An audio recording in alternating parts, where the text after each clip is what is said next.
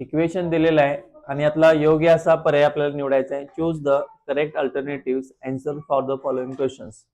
Problem set 5 मध्ये पहिला प्रश्न विचारलाय, खालीलपैकी योग्य पर्याय निवडा. हे एक इक्वेशन दिले, हे एक इक्वेशन दिले आणि ह्याची किंमत आपल्याला काढायची आहे. कसं आन्सर काढणार ते सांगा. इक्वेशन नंबर 1 काय दिलेलं आहे बघा, आणि इथं इक्वेशन काय आहे. चला हे दोन इक्वेशन नंबर 1 आणि इक्वेशन नंबर 2.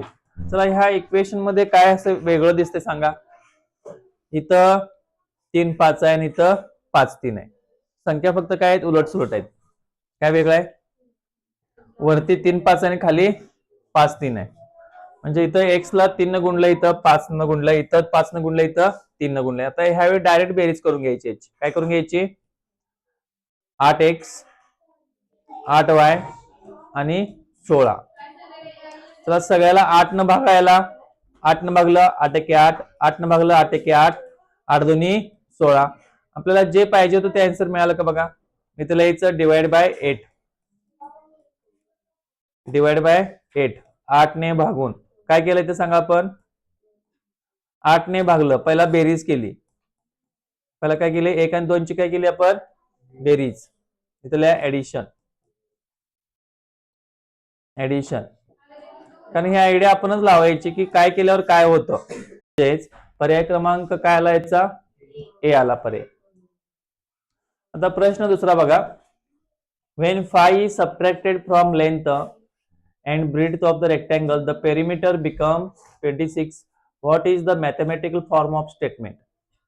आता ह्यामध्ये बघा, क्वेश्चन 2 जो विचारलाय सोपा विचारलेला आहे. एक आपल्याला आयत घ्यायचा आहे.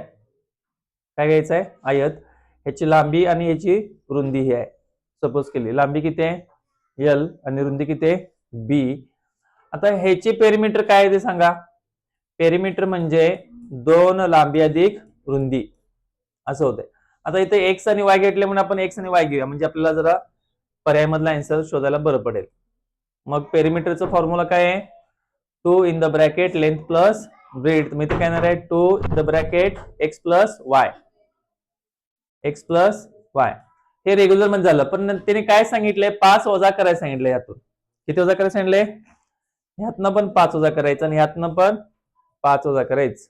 मग आपलं जे स्टेटमेंट मिळते ते कसं मिळणार सांगा. 2 आहे तसं राहणार. आतमध्ये काय ना सांगा, एक्स वजा 5 अधिक वाय वजा 5.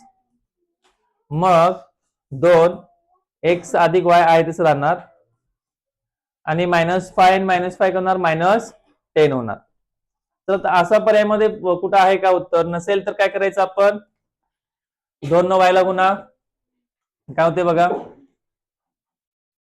2x 2y आणि 2 काय झालं, 2 काय होते, 2 होते. मग असं कुठं मॅथमॅटिकल इथं 26 ठेवायचं. हे आपण बघा 26 हे ठेवायचं इथं. मग इथं 26 इथं ठेवून बघूया आपण. चला आता ह्याच्या पुढची स्टेप काय होत्या,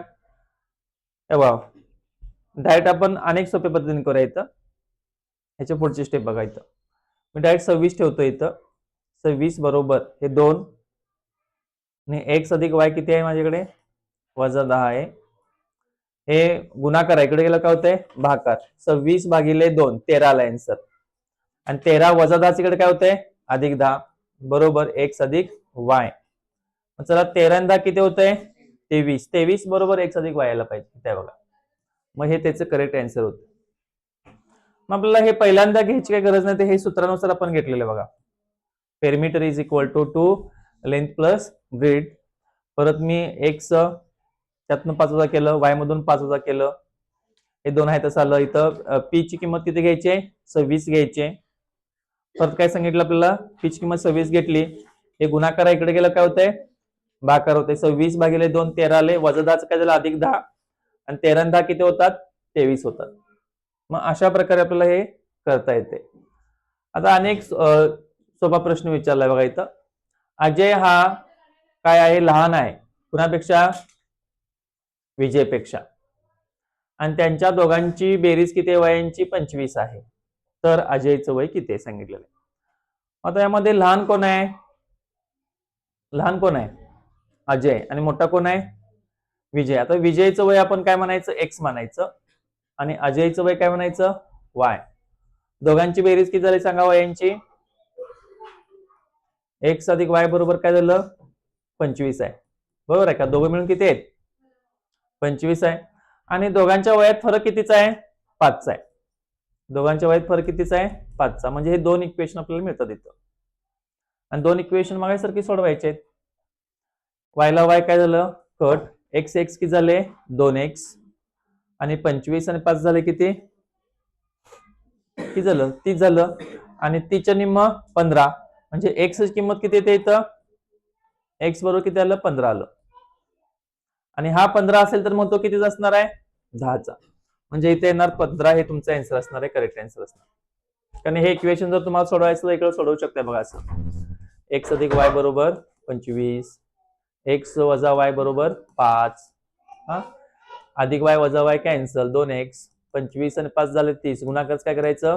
भागाकार. 30 भागिले 2 किती आलं? 15. एक्स हे कुणाला मांडलं होतं आपण? एक्स हे कुणाला मांडलेलं होतं? विजयला. मग विजयच विचारले आपल्याला वय का अजयचे विचारले? बघा अजयचं विचारलं काय? मग अजयचं आपल्याला काय येणार आहे? वाय बरोबर कशातून वजा करायचं? कशातून वजा करायचं? टोटल 25 आहे. 25 मधून 15 वजा करा. म्हणजे वाय बरोबर तुमचं किती आलं? 10 आलं. म्हणजे 10 यायला पाहिजे होतं. आपण विजयचं सांगितलं. आपल्याला कुणाचं पाहिजे? अजयचं पाहिजे. अजयचं वय किती आहे? मग से येणार पर्याय. किती येणार? बघा की अजयचं वय हे 10 आलं तुमचं. मग अशा